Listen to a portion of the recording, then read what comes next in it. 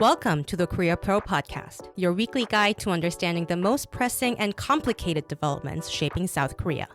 We're your hosts, Jeongmin Kim, John Lei, and Joon Ha Park of Korea Pro. Go beyond headlines as we explain not just what happened, but also what really matters and why it matters. If you monitor South Korea for work or just trying to keep up, you're in the right place. This is the Korea Pro Podcast. Hello and welcome back to the Korea Pro Podcast. I'm joined in the studio by Shreyas, since Jeongmin and John are far away in Singapore to attend a business trip. It is Thursday, May 14th, a little before 3:30 p.m., and we've got quite a lot on the agenda today. Shreyas, welcome to the show. Good to be here. I should probably mention that I've been given strict instructions to try and be the crazy one today. Unfortunately, I suspect that won't be the case.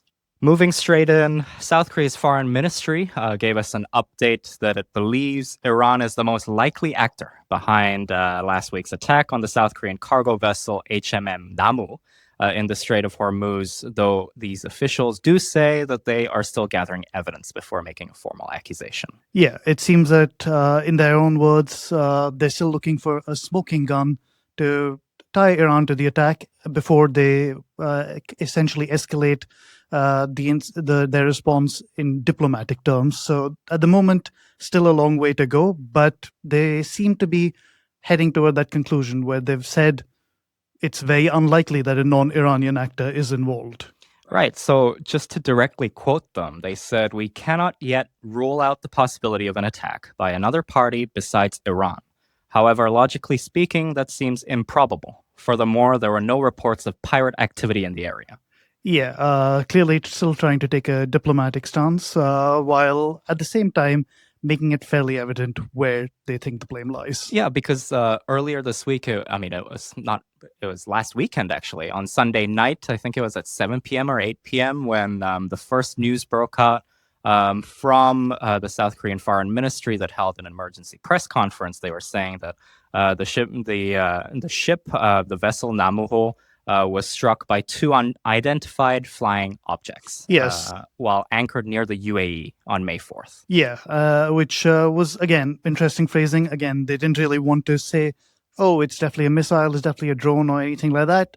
It was unidentified flying objects, which, despite the release of the U.S. government's UFO files last week, supposedly, this is clearly a much more earthly occurrence, but it was aimed at not really highlighting more beyond saying that they're getting closer to the source of the attack. Right. So there's been a lot of speculation behind what was the actual source of the attack. So whether it was a drone or a missile.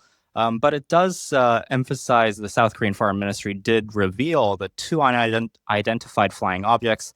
They struck the port side ballast tank outer shell near the stern of the Namu at around 3:30 p.m. local time, May 4th, about 1 minute apart from each other. Yeah. So that, to me, suggests, or to a lot of experts as well, suggested that it was probably an Iranian drone that fell into or struck the portside ballast tank in the space of a minute.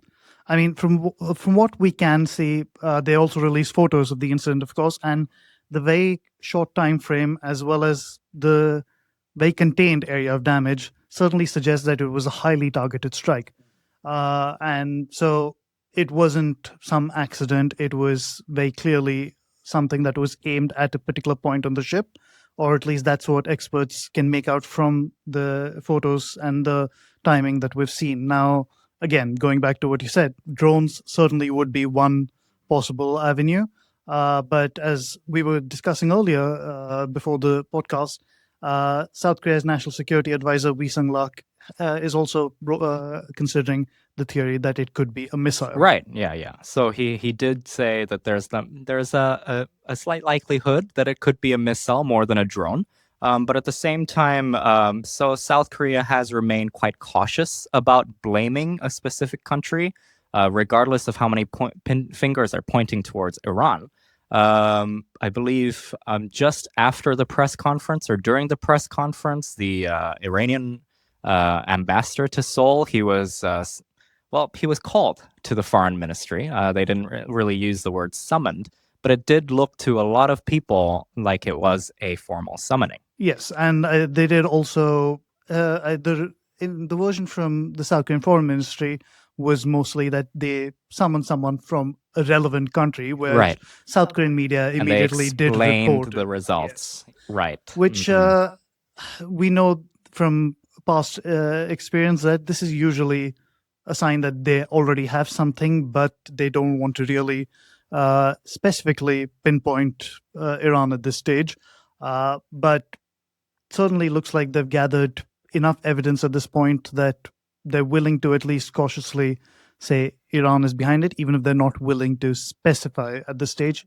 And of course, even today's briefing came from an unnamed foreign ministry official Right. rather than something that they're willing to go out on a limb at this stage. Right. So a lot of diplomatic tiptoeing at this point, but it begs the question, how long can South Korea actually keep this up? Yes, and it's certainly something that both from South Korea's perspective, as well as, of course, its relationship with the US, there's going to be increasing pressure both domestically and internationally for them to, one, eventually actually point a finger at Iran, and to do something about it. Right. So the PPP, the People Power Party, South Korea's very vocal main opposition, they have suggested or described the incident just Monday morning that it was an attack, Yes. air quote attack on South Korea, and warned that additional strikes against South Korean-linked vessels could not be ruled out. They called for the government to basically have a much more stronger stance against the perpetrator. There was also South Korean media speculating on the possible deployment of the Cheonghae unit that's right now in Lebanon, I believe. And then they were centering that the Cheonghae unit's 48th rotation is coming up by the end of this month. So they were saying that the extension of an operational environment for this Cheonghae unit could be an option for Seoul to take in the future. But experts, on the other hand, have also said that this is something worthy of caution. They're saying that the efforts and the activities that are required near the Strait of Hormuz are very much different to what was required for Cheonghae units in the Gulf of Aden. So this is something that's still an ongoing debate among security experts, but there's not really much of a other than diplomatic avenue that Seoul can take at this point. Yeah, and I think, to be honest, from Seoul's perspective as well, it is quite common for the main political opposition, irrespective of whoever's in charge, to say, oh, the government should be taking a more firm hand and actually intervening, actually deploying military assets. But inevitably, the government of the day, more often than not, says we're going to focus on diplomatic avenues, and that certainly seems to be the case this time. So for now, Seoul's approach is continue gathering the evidence, make sure that they have an ironclad case to present to Iran, and then seek a response, seek redress from them. Because at the end of the day, South Korea's relationship with Iran is also very different from Washington's relationship with it. Mm-hmm. So as far as they're concerned, it's not something that absolutely requires a response outside diplomatic channels. That is going to be their first priority, which is let's not completely burn bridges with Tehran until we really see where the rest of the situation goes. That said, they will have to consider other options. Certainly over the past week or two, they've been under increasing pressure from Donald Trump to join the U.S. Freedom Coalition. Trump was one of the first, pretty much as soon as the attack took place, or reported attack took place, he immediately blamed Iran for it and said they had struck South Korea. So South Korean officials also have occasionally tentatively headed in that direction, broached the possibility of, if not directly getting involved in the Freedom Coalition, at least sort of getting involved in some efforts in that region to help bring some sort of stability to the Hormuz Strait situation. Right. Speaking of the U.S. Placing pressure on South Korea, so Minister Ahn Gyu-back, the defense minister of South Korea, he has been in Washington for the past few days.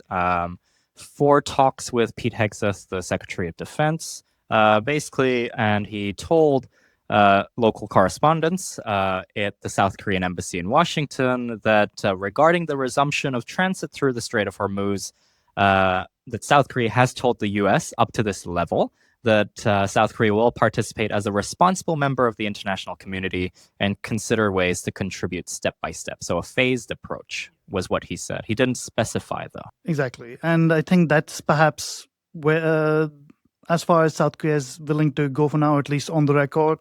So he did say that they haven't had in-depth discussions yet. He has suggested that there could be, as you mentioned, a phased contribution. So there could be some possibility of perhaps dispatching personnel or other means. You did mention the Cheonghae unit earlier.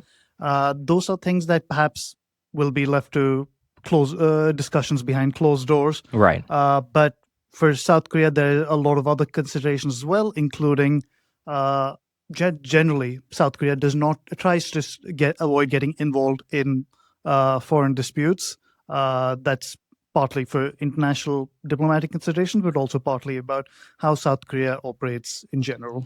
Right. And then moving on to Korean Peninsula issues, Minister Ahn, he also was talking to correspondents and saying that there is slight differences, and I quote, slight differences between Seoul and Washington when looking at the OPCON transfer issue. And I mean, that's something that they've certainly been very keen to address for a while. It's a topic that's been going on for 2 decades between the two countries. It just keeps going through ups and downs. And so Seoul wants to complete it, the OPCON transfer, while Lee Jae Myung is president. But as the U.S. Forces Korea Commander Xavier Brunson said at a recent congressional hearing, for the U.S., it's more important to get it done right rather than get it done quickly. Right. I think he used the phrase, he warned senators saying that political expediency should not outpace the conditions that are needed for OPCON transfer. Right? Exactly. And so for both sides in very different ways are very keen to achieve OPCON transfer, but it's just about how they do it. And the U.S., particularly Brunson, for example, has been very particular about trying to promote long-term strategic flexibility, something that allows the U.S. troops to be able to pursue multiple goals at the same time in the region.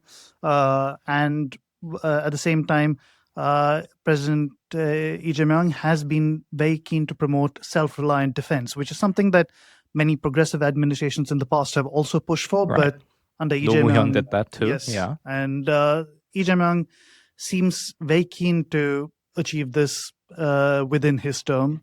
I think it's both a political and a practical goal, particularly when we're talking about the other party being Donald Trump, who has been very vocal about wanting the troop presence in this region to be more focused on threats from China.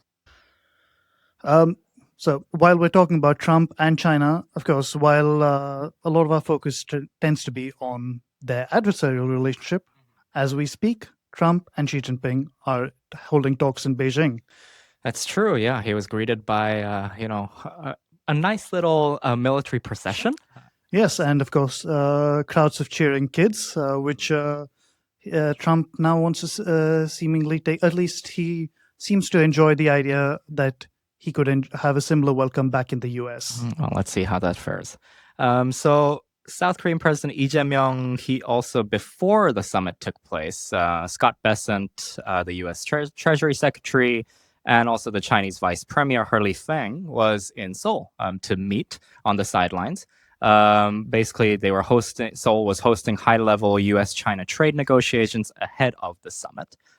So President Lee Jae Myung met separately with them. What did he kind of talk about? So essentially, Lee Jae Myung has emphasized the importance of stable relations between the U.S. and China. It's something that affects not just those two countries, but also the entire world, and highlighted the importance of closer economic coordination as well as cooperation in various areas, including critical mineral supply chains. That's something particularly relevant Important to South Korea. As well as, of course, foreign exchange markets and strategic investment. He also did say that he would actively cooperate with the Trump administration's agenda items during its presidency of the G20 this year, as well as stressing cooperation ahead of South Korea's own G20 presidency 2 years from now. Yeah, so effectively, what Lee was saying to Besant and Lee, his counterparts, he's just basically suggesting that his administration is going to provide this sort of stable outlook, or is trying to position South Korea as the stable but very operationally useful partner for both Washington and Beijing during that period of elevated geopolitical and market uncertainty with Trump's tariffs and the ongoing conflict in the Middle East. Moving on, I wrote an analysis just a couple of days ago, and it was published yesterday, about Japan's arms export shift. Shreyas, you've also been monitoring this for the NK News side, but it does have a relatively short-term small, but long-term big impact on South Korea's own defense export ambitions.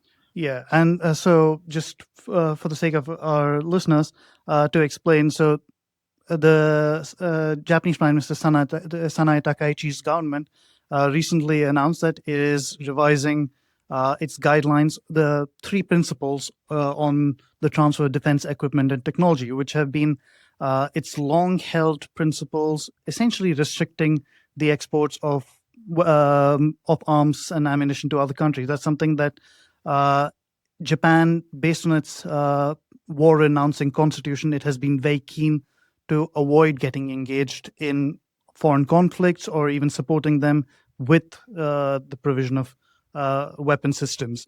But the world is changing, and I think Japan has been very keen for the last few years to make a shift away from that, and Takaichi has been perhaps at the forefront of that in recent years.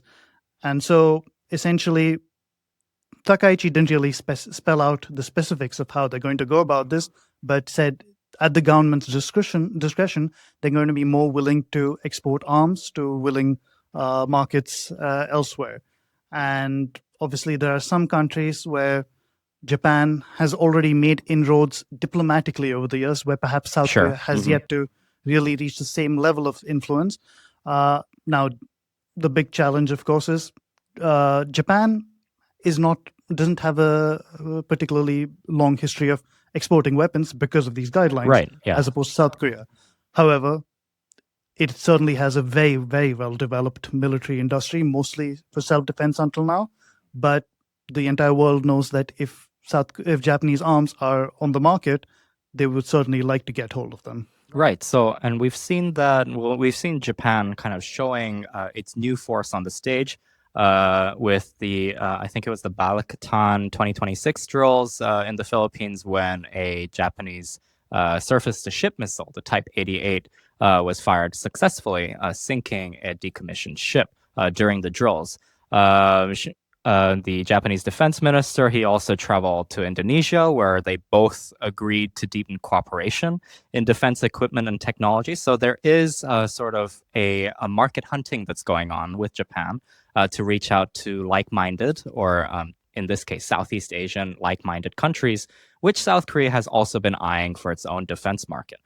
So it is something that could be a disadvantage to South Korea, seeing as Japan has aligned diplomatically in its own sort of anti-China stance, exactly, with the Southeast Asians, who are like the Philippines, who are worried about China's influence in that area. And I think that political factor is very significant, because South Korea, for all its other ups and downs with China, has traditionally not positioned itself as an anti-China force, whereas Japan is now much more overtly willing to position itself in that way, which for a lot of Southeast Asian countries is particularly critical, because for many of them, their biggest security concern is China's activities in the South China Sea, or as, of course, all Southeast Asian nations will have their own terminology for that, the West Philippine Sea in particular. And so when it comes to, if they want to turn to a partner that will help them challenge China's activities in the region, of course, Japan is a ready-made and very willing supplier. Well, South Korea's defense planners must be ready for that in the future. Moving on to the week ahead. So Samsung Electronics. They have entered a emergency semiconductor production management mode ahead of that planned labor strike next week on May 20th or 21st, with the company reportedly reducing a new wafer input and also prioritizing high-value products such as high bandwidth memory and or HBM chips. So it does fall after concerns, as I just mentioned, that a large-scale walkout that has been rattling the country's economic beat reporters in newsrooms and saying that it could severely disrupt one of the world's biggest chip makers, which is Samsung, and trigger broader shocks across South Korea's export-driven economy. So the direct losses from an 18-day strike, they are estimated to reach up to 17 trillion won. With broader indirect damage potentially approaching 100 trillion won. So these stakes are particularly high as semiconductors, they account for roughly 35% of South Korea's exports, and they support a vast network of suppliers and subcontractors. So we have to see how business groups and how the governments urge and persuade these labor union to be strikers to not strike and reach an agreement within the time span of 7 days from today on to May 20th, May 21st. So we have that to look forward to next week. Another event that is coming up, certainly very significant for South Korea politically and historically, is the anniversary of the May 18 Gwangju democratization movement. And this is obviously something that, for many South Koreans, it holds a very deep place in their hearts in terms of it was a pivotal moment in South Korea's transition toward democracy in the 80s. Right. And Lee Jae Myung, he will very likely deliver that address that his predecessors have done as well. And he will probably emphasize the meaning of democracy and also emphasize that South Koreans overcame martial law in December of 2024. Moving on to the June local elections. So on May 21st, I believe the current candidate submission stage is right now, May 14th and May 15th. And then on May 21st, we'll have the start of official campaigning. So you'll hear a lot of blue and red dressed campaign staff who will be dancing to music that's replaced by lyrics that are in support of their own candidates. And you'll see quite a number of brash supporters who will be coming out to support their candidates in the election. And all of this information will be sent to your email inboxes by Monday, 2 p.m. in the Week Ahead newsletter. So if you'd like to know more, please do subscribe. Have a good weekend. And that's a wrap. Thanks for tuning in. If you want to know more, sign up for our daily executive briefings. We'll brief you on all you need to know from the past 24 hours and why it matters, delivered to your inbox every morning. If you want to stay ahead of the curve, sign up for Korea Pro to get a full package of insights, from daily expert analysis to profiles, month in review, week ahead, and more. And until next time, I'm Jeongmin Kim. I'm Joon Ha Park. And I'm John Lee, and we'll see you next time on the Korea Pro Podcast.